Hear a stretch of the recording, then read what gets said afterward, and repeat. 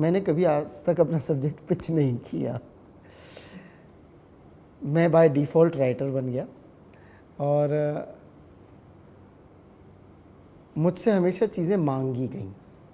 मैंने खुद जाके कभी पिच नहीं किया और जिस समय मैंने पिच किया उस समय चैनल के मांगने पर पिच किया।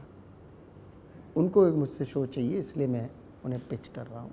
बट ऐसा नहीं कि सिस्टम मुझे नहीं पता। थोड़ा मुश्किल है, नए राइटर के लिए बहुत मुश्किल होता है। प्रोसेस नॉर्मली ये है कि प्रोड्यूसर चैनल को पिच करता है शो। इन दिनों पिछले कुछ अरसे से सिस्टम में कुछ बदलाव आया है। जैसे मेरे साथ ऐसा होता है कि मुझे आजकल प्रोड्यूसर से ज़्यादा चैनल बुलाता है, कि चैनल बुलाता है कि हमको एक शो करना है आपके साथ कुछ, और मैं उन्हें शो बनाता हूँ और फिर हम डिस्कस करते हैं अच्छा प्रोड्यूसर कौन होगा। मेरे लिए ये सिस्टम नया इसलिए नहीं है क्योंकि मेरे साथ तो शुरुआती दिनों में भी ऐसा ही हुआ था। मतलब अश्विनी ने मुझे बुलाया, कहा था कि चलो सात फेरे जैसा कुछ करें, पर वो किस लिए किया था, मेरे उसके साथ जो रिलेशनशिप है इसकी वजह से उसने ऐसा किया था, वरना ऐसा नहीं होता है। तो आपको नॉर्मली पहले प्रोड्यूसर को पिच करना पड़ता है और प्रोड्यूसर से पहले भी अभी आजकल स्टेजेस बहुत हो गई हैं। हर चैनल का एक क्रिएटिव हेड होता है, हर कंपनी का एक क्रिएटिव हेड होता है जो इन चीज़ों को देखता है। आपको पहले उस क्रिएटिव हेड से कांटेक्ट करना पड़ता है that I want to narrate you few concepts. फिर वो कॉन्सेप्ट सुनता है, वो सुन के अगर उसे अच्छा लगता है तो ही discuss this with the producer. बहुत कम प्रोड्यूसर्स क्रिएटिव होते हैं, like Ekta Kapoor is a creative producer, she is brilliant. वो प्रोड्यूसर सुनता है, फिर वो कहते हैं अच्छा ठीक है, राइटर को कहते हैं इसे डेवलप करो। आजकल तो बहुत फॉर्चुनेट हैं आप लोग कि जिस दौर में आप काम कर रहे हैं डेवलपमेंट का भी पैसा मिलता है, राइटर को डेवलप करने का पैसा मिलता है। आप उसे डेवलप करते हो, उसके बाद चैनल को बताया जाता है कि जी हमने एक कहानी सोची है। अगर चैनल को वो अच्छा लगता है तो काम आगे बढ़ता है, वरना थैंक यू वेरी मच। दूसरा तरीका ये होने लगा है, लोग आजकल चैनल को भी कांटेक्ट करने की कोशिश करते हैं। वो नए राइटर्स के लिए बहुत मुश्किल है, बहुत ज़्यादा मुश्किल है, क्योंकि channel is of course they are in search of a good concept, good project, but उनकी वो सर्च कुछ लोगों तक रहती है, कुछ ही लोगों तक। पहले एक ज़माने में जब मैं जी टीवी में था तो मैंने एक प्रोग्राम वहाँ शुरू किया था, रिश्ते, which was my concept. And वो मेरे शुरू करने का पर्पज़ ये था बिकॉज ले दे के वही प्रोड्यूसर, वही डायरेक्टर, वही गिनती के कुछ लोग काम कर रहे हैं। अरे इंडस्ट्री इतनी बड़ी है, डिजिटल एकेडमी मेरे ख्याल से हर साल कितने प्रोडक्ट निकालती होगी। वो सब टैलेंट कहाँ जाएंगे, उनको आप कैसे टैप करोगे, उनके लिए कौन सा प्लेटफॉर्म है। To create a platform for them I started Rishtey, जिसमें किसी भी आदमी की कहानी में ले सकता था। मेरा काम एज अ चैनल पर्सन बहुत बढ़ गया था उसमें कि मुझे इतना सारा पढ़ना पड़ता था, इतना कुछ करना पड़ता था, पर उससे फ़ायदा क्या हुआ कि बहुत सारी टैलेंट सामने आई। उनमें से कुछ लोग जिनको मैंने ब्रेक दिया था रिश्ते में, वो आज टेलीविज़न के इंक्लूडिंग फिल्म के some top people are there. Gul Khan, जिनका सीरियल, जिसका मैंने नाम लिया बालिका के सामने अकेला, वो सीरियल चला इस प्यार को क्या नाम दूँ, गुल खान का था। कबूल है चल रहा है जी टीवी पे, जो नंबर 1 शो है अभी, गुल खान का है। उसको पहली बार रिश्ते से लेकर आया था, उसने जीवन पहली बार रिश्ते किया था। और मुझे चैनल वालों ने बहुत कहा था क्या नए नए लोगों को लेके करोगे, चैनल का पैसा वेस्ट हो जाएगा। मैंने कहा उसकी गारंटी मैं लेता हूँ ना कि मैं वेस्ट नहीं होने दूंगा।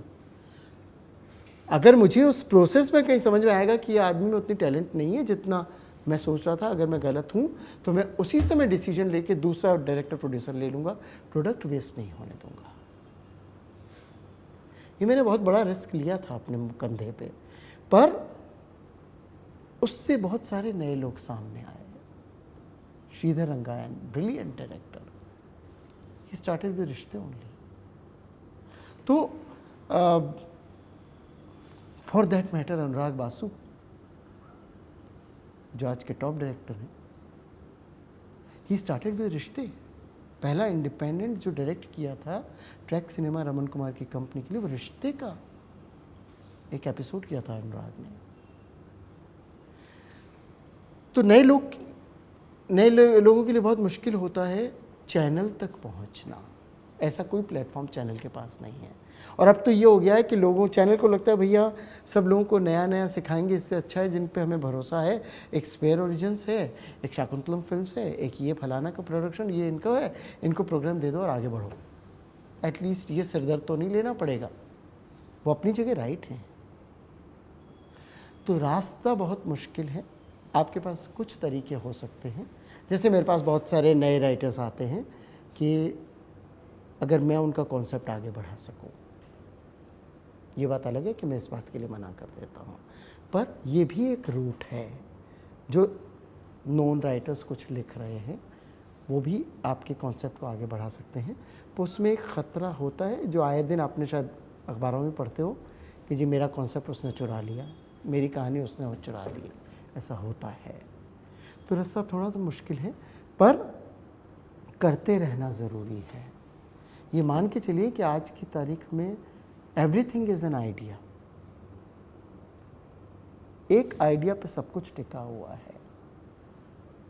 वो एक आइडिया, वो एक लाइन का जो आइडिया है आपका, वो बहुत इम्पॉर्टेंट है। मतलब आप एक बहुत इंटरेस्टिंग बात जो मुझे लगता है हम सबको सीखनी चाहिए, मैंने भी सीखी है। कहीं जावेद साहब ने एक बात बोली थी, जावेद अख्तर साहब ने, कि अगर आपको कोई आइडिया, तो उन्होंने फिल्म के रेफरेंस में बोला था, मैं उसे टेलीविज़न में भी सही मानता हूँ, कि अगर आपको कोई आइडिया आया है, आप उस आइडिया को तुरंत जिस दिन आया उस दिन कागज़ पे लिख लीजिए। उसके बाद उसे अलमारी में अपनी फाइल में डाल के रख दीजिए और भूल जाइए। Then start working on that subject, that story, that idea. फिर लंबा प्रोसेस है, एक बार एक ड्राफ्ट, एक बार सोचते हो लिखते हो, लंबा प्रोसेस है लिखने का। जब आपकी स्क्रिप्ट रेडी हो जाए उस समय आप उसे पढ़ो, फिर उस कागज़ को निकालो और पढ़ के देखो कि क्या ये वही आइडिया है या वही स्क्रिप्ट है जो आपका आइडिया था। अगर नहीं है तो स्क्रिप्ट को उठा के बाहर फेंक दो, दोबारा लिखना शुरू करो। And that is really important, क्योंकि वो जो पहला विचार दिमाग में आता है वो स्पॉन्टेनियस होता है। तो वो लिखते ज़रूर रहिए, और लिख के आपके पास और कोई ऑप्शन है नहीं दूसरों को आइडिया सुनाने के अलावा। चाहे आपको ये फियर हो कि मेरा आइडिया कहीं चला जाएगा, जा सकता है, इट्स ओके। एक अकेले हम नहीं है जो दुनिया में काम कर रहे हैं, और लोग भी सोचते हैं, और लोगों के पास भी दिमाग है, कर रहे हैं और लोग भी। कहते हैं ना इंडस्ट्री में सात ही कॉन्सेप्ट हैं, सात ही कहानियाँ हैं, घूम फिर के वही कहानियाँ हम रिपीट करते हैं। तो आप प्रोड्यूसर्स से मिलते, क्रिएटिव हेड्स जो होते हैं कंपनी के, उनसे मिलिए, उनको अपना आइडिया पिच करिए। प्रोड्यूसर अगर मिलता है तो प्रोड्यूसर को पिच करिए। वही एक रूट है। और अगर आप फॉर्चुनेट हैं और आपकी किसी चैनल में पहचान हो सकती है, वो कैसे हो सकती है कि जिस चीज़ के लिए मैंने शुरू में ही बोला कि मैंने आज तक असिस्टेंट नहीं रखा, आप सीनियर राइटर्स के जब असिस्टेंट होते हैं तो आपको कभी कभी ये मौका मिलता है कि आप चैनल में जाएं, चैनल से इंटरेक्ट करें, और उस समय अगर आप चैनल से के सामने पिच करने की कोशिश करें और आपको मौका मिले तो आप डायरेक्ट चैनल को भी पिच कर सकते हैं।